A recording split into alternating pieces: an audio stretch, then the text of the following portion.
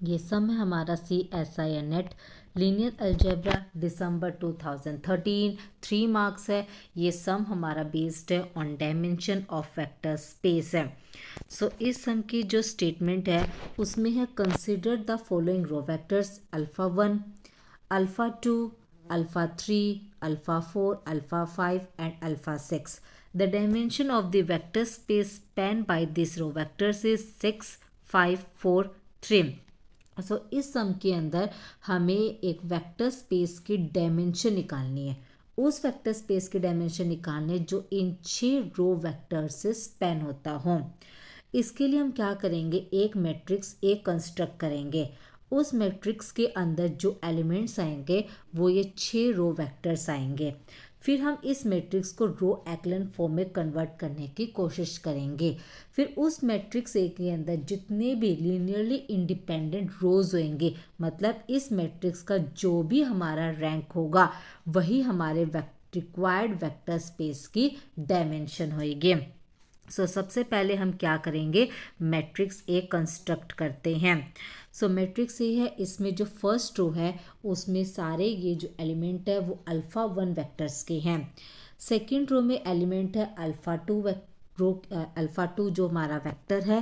And third row में element है alpha 3 vector के, सेम एज। फिर हमने फोर्थ रो बनाई by alpha 4, fifth row by alpha 5 and sixth row by alpha 6 है।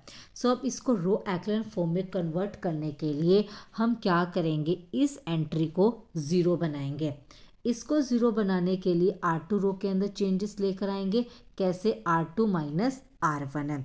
जैसे चेंजेस लेकर आए तो R2 रो हमारी बन गई 0 0 0 -1 1 0।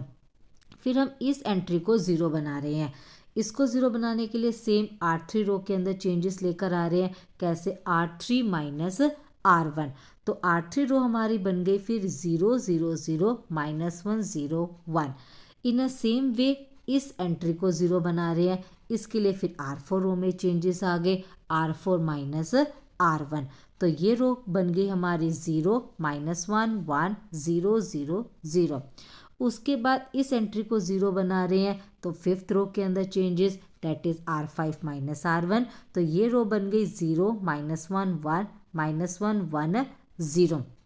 एंड लास्ट इस एंट्री को 0 बना रहे हैं तो R6 रो में चेंजेस हो गए और वो चेंजेस हो गए R6 माइनस R1 न। तो ये जो रो बन गई 0 -1 1 -1 0 1 बन गई है, क्योंकि हम इसको रो एक्लन फॉर्म में कन्वर्ट करने की कोशिश कर रहे हैं। अब हम क्या करेंगे, इस एंट्री को 0 बनाएंगे इसको। इसके लिए वही फिर R5 रो में चेंजेस। कैसे, R5 माइनस R4 है।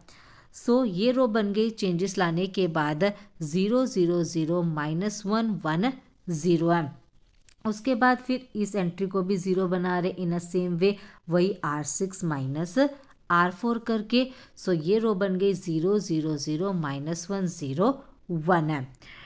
उसके बाद अब हमारे पास इस मैट्रिक्स को जो बनी है इसको अगर ध्यान से देखें तो अब हम ज़्यादा 0 बनाने की कोशिश करते हैं। R5 रो को देखो, R5 और R2 रो को, दोनों रो एग्जैक्टली सेम है। अगर दोनों को सब्ट्रैक्ट कर दें तो एक रो तो कम्प्लीटली 0 बन जाएगी। तो मैं क्या कर रही हूँ, R5 रो में चेंजेस लाते हैं और R5 माइनस R2 कर दिया। तो R5 रो में चेंजेस तो R5 रो कम्प्लीटली बन गई 0।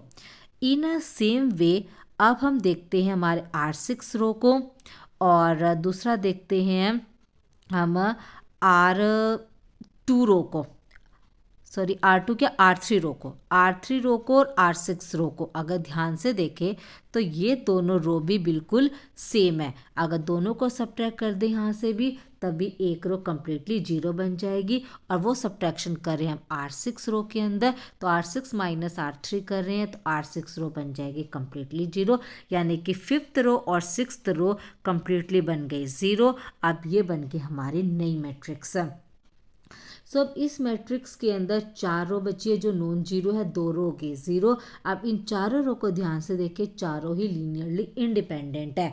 अगर थोड़ा सा और इसको परफेक्ट रो एक्लन फॉर्म में अगर कन्वर्ट करना हो तो हम इस R4 और R2 रो को आपस में इंटरचेंज कर सकते हैं और उसके बाद इन दोनों रो को आपस में सब्ट्रैक्ट करेंगे तो प्रॉपर रो एक्लन फॉर्म हमारे पास बनकर आएगी।